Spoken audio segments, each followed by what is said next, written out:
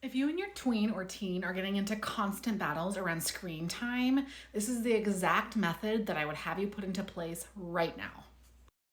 Number one, you as the parents are going to get extremely clear on the quantity of screen time per week that your tween or teen is allowed to have.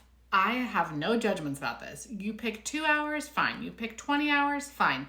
The amount that you pick is going to have to do with your kid's profile, your family's beliefs, your values around screen time, your everyday life, the kinds of devices that they have. But this, parents decide quantity is absolutely critical. Okay, you got that piece? Okay, now you're going to call a family meeting. This is going to be your opportunity to present your new rule, okay? And your rule has no restrictions on kind of time, when the time happens, kind of devices. It's literally just about the quantity. Now, you're going to be collaborative because you have a big kid or a teen. And so being collaborative when you have your family meeting is going to be super duper important. Okay, so you're having your family meeting. What's important is that your tween or teen is going to decide when and where they're going to use screens. So you've decided 20 hours, fine. They decide when those 20 hours are going to happen with a single caveat, which is that I would have you really be careful that screens go away at bedtime, right? Whether that is a family charging station or something else, screens should not be part of the nighttime routine.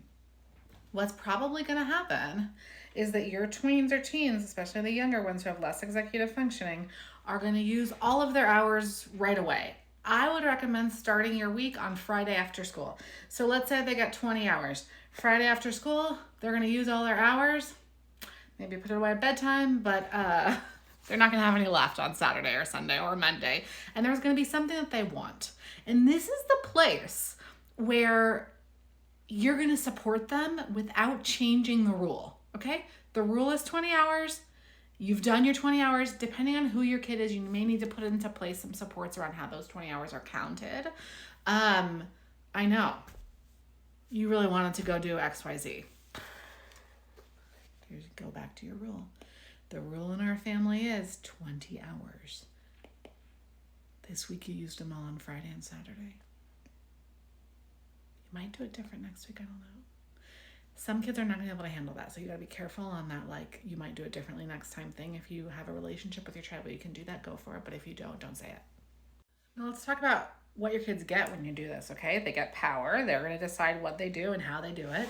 They get practice, because one of the things that you're getting ready for when you're a big kid or teen is going off on your own. You're probably gonna go to college or somewhere else or have a job, and you need to practice learning things and like having them not work out.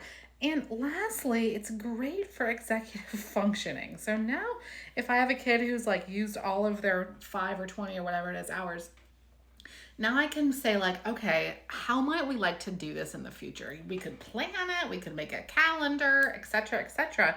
And all of that is an opportunity for your kid who's developing their executive functioning, because they're a teenager, to practice making a plan for something and following through.